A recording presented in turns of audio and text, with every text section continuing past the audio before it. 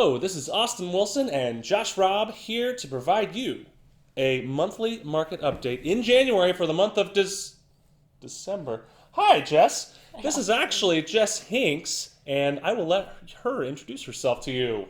Hi everyone, I'm a certified financial planner and wealth advisor here at Hixon Zuercher Capital Management. So let's get started, Austin. And we are excited to have Jess as part of this video this month. So yes, we are each going to provide 5 things you need to know in the month of January. Some things you just want to know. I'm just going to tell you that right now. So number 1, stocks ended the year up pretty strong. True Santa Claus rally fashion. S&P 500, it was up 4.48%. The Dow was up 5.53%. The NASDAQ was up 0.74%. Small caps were up 2.23%. Developed international stocks, they were up 4.97%. And even emerging market stocks, which haven't had a great run, they were even up in the month of December, up 1.92%. So good month for stocks in December.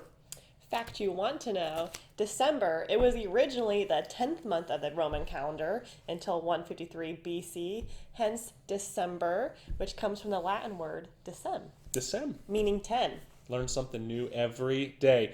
Number 2, inflation figures for the month of November, yeah, they were pretty hot. They actually came out in December, looking back at November, and let's just say we're seeing inflation that we've not seen in 30 years. So headline CPI, that's Consumer Price Index, that was up 6.8% year over year. And when you take out the more volatile food and energy figures, that was still up 4.9% year over year. So extremely strong inflation. So back in Roman times, the calendar only had 10 months. It started with March and ended in December. The winter periods weren't even assigned months because the military in agriculture or civil life wasn't active. So winter just didn't exist. It's like it didn't even exist, which if you look outside right now, it kind of looks like Fine that. with me. Number 3, the Federal Reserve, unsurprisingly, held rates steady. However, they've gotten a bit more hawkish, and hawkish meaning they are trying to slow down the economic growth, and really inflation is their thing, building on the inflation story we just talked about. So they've actually determined that they are going to be lowering their asset purchases in the fixed income markets at quite a quick speed compared to what they were planning on doing, and this is going to allow them a little bit sooner in 2022 here to be increasing interest rates, which is really going to slow down the inflation. Josh would be a little sad if I didn't give a dad joke in his place. So That's true. That's true. I want to share something with you. I've decided that from January 1st on, I'm only going to watch things that are above 1080 pixels and above. 1080 pixels and above. That's It's my good. New Year's resolution. Resolution. I wonder what video resolution we're recording in here. Is this 4K? Josh is probably going to critique my delivery on that one. No, it's good. Did my It's good. best. Dad joke of the month right there. We're just going to roll with that. Number 4, so in response to an increasingly hawkish Fed, yields have been on the rise. So as the Federal Reserve has determined that they're going to be less accommodative, a little bit less relaxed perhaps in the fixed income world, trying to slow down economic growth, well, yields have picked up in place of that, especially on the short end of the yield curve. So remember, this is the selling of bonds. So 2-year U.S. Treasury started the month of December yielding 0.565% and ended at 0.732%. As more aggressive rate hikes were priced in. So as the Fed has really determined that they're going to be increasing really short-term rates, that has really had an impact across the curve. Looking further out at even the 10-year Treasury, moves were a little bit less pronounced, but still up a little bit. The 10-year Treasury started December at 1.44% and ended at 1.51. So, Josh, someone else asked me a difficult question. It was, how many seconds are there in a year? That is a thinker right there. 12. I don't know if my math adds up. January 2nd, February 2nd, March 2nd, April 2nd, May 2nd. Okay. There's more, right?